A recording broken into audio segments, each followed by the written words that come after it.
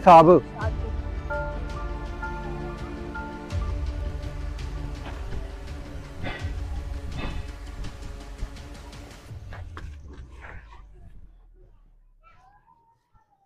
हाँ भाई, तू कल तक दी मोहलत लई सी जेड़ी कि अज खत्म हो गई है। तू अपनी सफाई च की कहना चाहना है? चौधरी साहब मैं अपने सफाई च जो कुछ भी कहना चाहता सी इस कापी दे हर एक वर्के च लिख छड़िया है।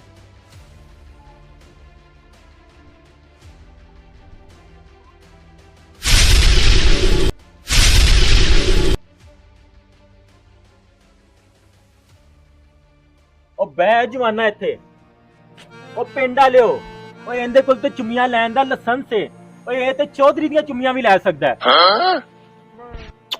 Fiore.